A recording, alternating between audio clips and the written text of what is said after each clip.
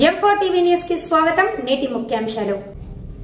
M4 TV news ప్రేక్షకులకు నిజాయితీగా, నిర్భయంగా ఎప్పటికప్పుడు తాజా కబుర్లు, భక్తి గీతాలు m4tvnews.com వెబ్సైట్ యాప్లు ప్రచురితం, ప్రత్యేక ప్రసారం చేస్తుంది. వార్తలు, ప్రకటనల కోసం సంప్రదించవలసిన సెల్ ఫోన్ నెంబర్లు 9666665026 9014163335. ఓం శ్రీ గురుభ్యో నమః. అందరికీ నమస్కారం అండి. ఈరోజు మనం తులసి చరిత్ర 45వ భాగం, తులసి చరిత్ర 45వ భాగం ఇంక మనం పూర్తవుతుంది. 48 భాగాలు ఉన్నాయి. ఇంక 3 రోజులతోటి తులసి చరిత్ర పూర్తవుతుంది. అందరూ కూడా శ్రద్ధాభక్తులతో మీరు వినండి, 10 మంది చేత వినిపించండి. ఈరోజు మనం ఈ 45వ భాగం తెలుసుకుందాం. ముందుగా గణపతి ప్రార్థన. శుక్లాంబరధరం విష్ణుం శశివర్ణం చతుర్భుజం ప్రసన్నవదనం ధ్యాయే సర్వవిఘ్నోపశాంతయే. గురుబ్రహ్మ గురుర్విష్ణు గురుర్దేవో మహేశ్వరః గురు సాక్షాత్ పరబ్రహ్మ తస్మై శ్రీ గురవే నమః. ఓం నమో భగవతే వాసుదేవాయ. ఓం నమో నారాయణాయ. ఓం నమో విష్ణవే నమః. ఓం నమః శివాయ. ఓం నమః శివాయ. ఓం ఐం హ్రీం శ్రీం శ్రీ మాత్రే నమః.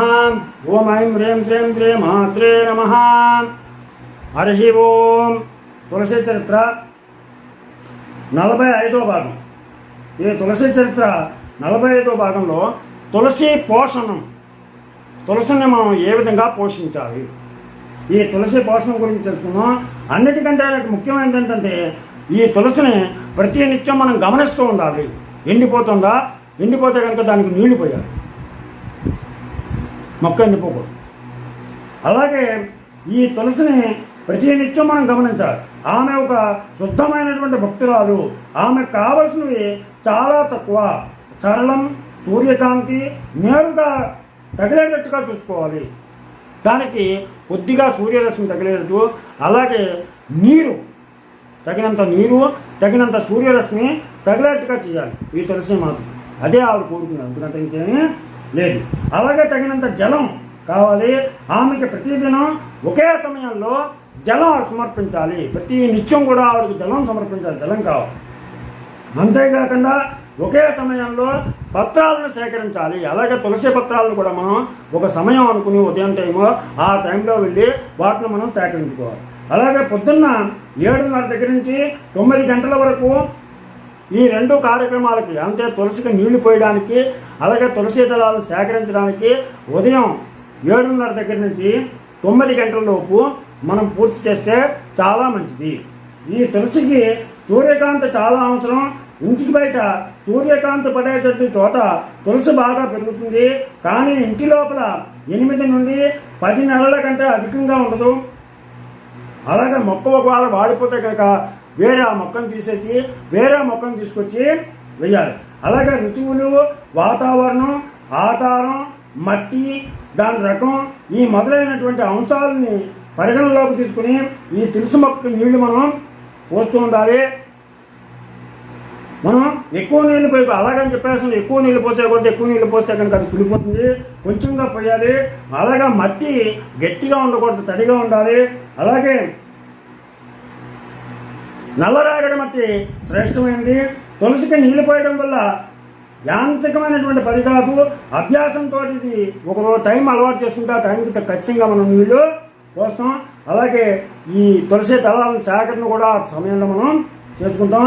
ఎక్కువ నీళ్లు పోయడం వల్ల మట్టి కూడా పాడైపోతుంది, అవి కాంతిహీనం అవుతాయి, ఆకులు కుళ్ళిపోతాయి. నీళ్లు ఎక్కువ అయ్యాయి అనే దానికి సంకేతంగా ఆరోగ్యంగా ఉన్నటువంటి ఆకులు కూడా రాలిపోతాయి. నీళ్లు కనుక బాగా ఎక్కువైతే మంచి ఆరోగ్యవంతంగా ఉన్నటువంటి ఆకులు కూడా ఎండిపోయి రాలిపోతాయి. అందుకని నీళ్లు ఎక్కువ పోయి కూడా సమానంగా పోయాలి. అలాగే తులసి మట్టి ద్వారా, ఈ మట్టి ద్వారా తులసి శ్వాస తీసుకుంటుంది.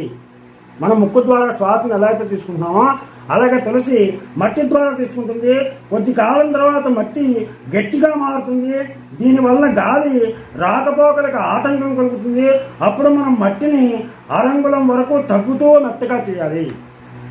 అలా కొన్ని రోజులు పోయేటప్పటికి మట్టి గట్టిపడిపోయినప్పుడు దాన్ని మళ్ళా ఒక అరంగుళం ఆ మట్టిని తవ్వి దానికి శ్వాస ఆడేట్టుగా మనం చేయాలి.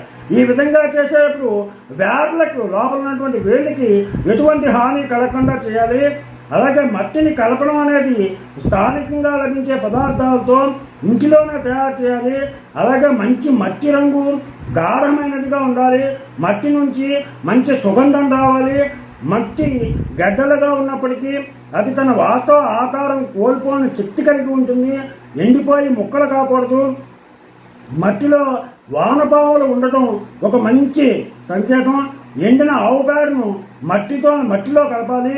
అవసరమైనంత నీళ్లు, ఎండ, మంచి ఆకారంగా కూలపుండి లేదా మట్టి ఎరువు సరిగా ఉంటే తులసి మొక్క బాగా పెరుగుతుంది. దాన్ని పురుగు పట్టకుండా కాపాడటం మనకి చాలా అవసరం. చూసుకుంటూ ఉండాలి చాలా జాగ్రత్త.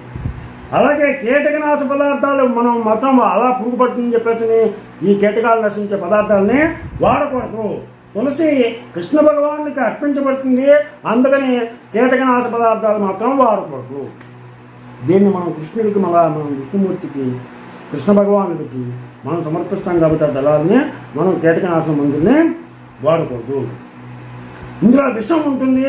ఈ తులసికి స్నానం చేయించడం, పురుగుల నుండి తులసిని దూరంగా ఉంచడానికి సరైనటువంటి చికిత్స.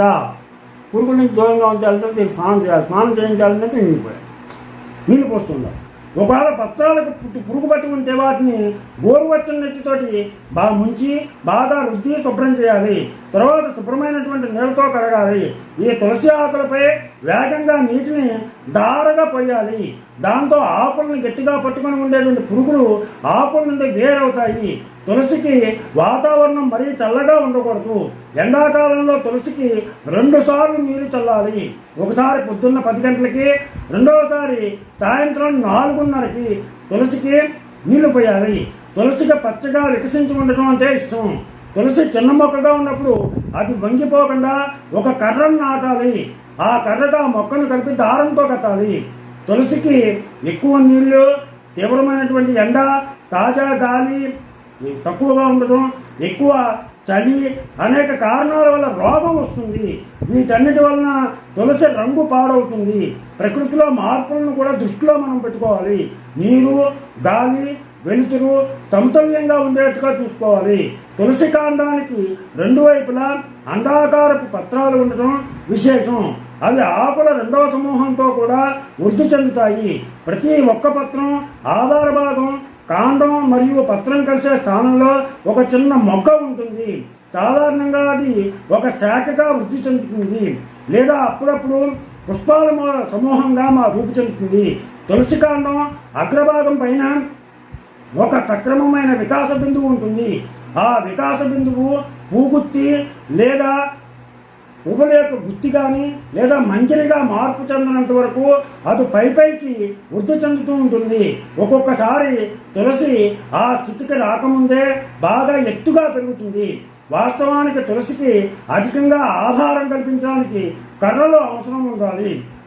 విశేషంగా అపరిపక్వ దశలో దాని కాండం కట్టెలాగా ఎండిపోయి దృఢంగా ఉండదు. ఆధారం ఇవ్వడానికి ఇచ్చే వస్తువులపై కుళ్ళిపోవడం లేదా కరిగిపోవడం లాంటి ప్రభావాలు ఉండకూడదు. మొక్కకు ఆధారం ఇచ్చే కర్రను పూల కుండీలో ఓరగా పెట్టాలి. కర్రను కుండీలో మొక్కకు దగ్గరగా బలంగా లోపలికి దూర్చడం ప్రమాదకరం.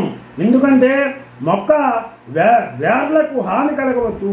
ఒక సన్నని శుభ్రమైన వస్త్రపు పట్టీని కానీ గాలిపటం దారం కానీ తీసుకుని మొక్క కాండాన్ని ఆధారాన్ని ఇచ్చే కర్రను కలిపి శాఖలకు లేదా కొమ్మలకు ఎటువంటి హాని కలగకుండా జాగ్రత్తగా కట్టాలి. ఒక్కొక్కసారి తులసి మొక్క పైభాగం దట్టంగా లేదా బరువుగా ఉంటుంది. అప్పుడు తులసి మొక్క నిలబడడం కష్టం. కర్ర ఆధారంగా ఉన్నప్పటికీ మొక్క కాండం నిటారుగా ఉండలేక వంగిపోతుంది. ఒకవేళ తులసి ఎక్కువ ఎత్తుగా పెరుగుతుంటే దాని ఎత్తు మొక్కకు ఒక సమస్యగా పరిణమిస్తే వేరే మొక్కల మాదిరి తుంచడం కానీ నరకడం కానీ చేయకూడదు. దీని కొమ్మలను మనసుకు నచ్చిన ఆకృతి ఇవ్వడానికి ఎప్పుడూ కత్తిరించకూడదు. పచ్చగా ఉన్న తులసి శాఖలను కత్తిరించడం ఒక అపరాధం. పద్మపురాణం ప్రకారం పచ్చగా ఉన్న తులసి శాఖలను నరకడం లేదా కత్తిరించడం వలన కృష్ణ భగవానుడు తన హృదయంలో బాధపడతాడు. తులసి మొక్కలు 2 రకాలుగా ఉంటాయి. ఒకటి మరియు చుట్టుబోదే ఊదా రంగు కలిగి ఉంటుంది.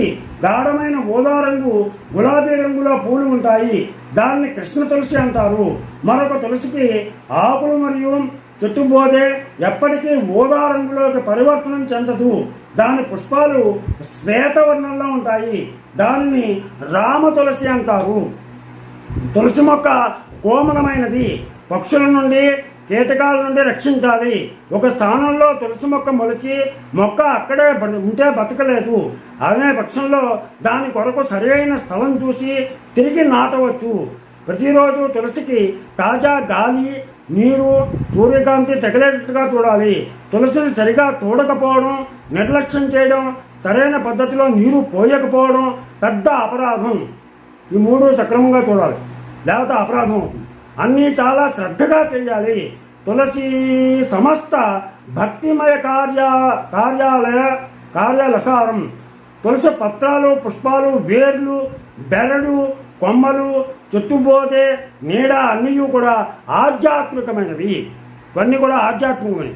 ఈ తులసీదేవి భగవంతునికి అత్యంత ప్రియమైనది కనుక ప్రేమ, నిష్ఠ, స్నేహంతో తులసీదేవికి సేవ చేయడం అన్నిటికంటే ముఖ్యమైనది. అది ఈరోజు తులసి చరిత్ర 45వ భాగం పూర్తయింది. రేపు 46వ భాగం. మీకు నా ఛానల్ కనుక నచ్చినట్లయితే సబ్స్క్రైబ్ చేయండి, అలాగే లైక్ చేయమని కోరుతూ మీ రాపాటి వెంకట ప్రభాకర్.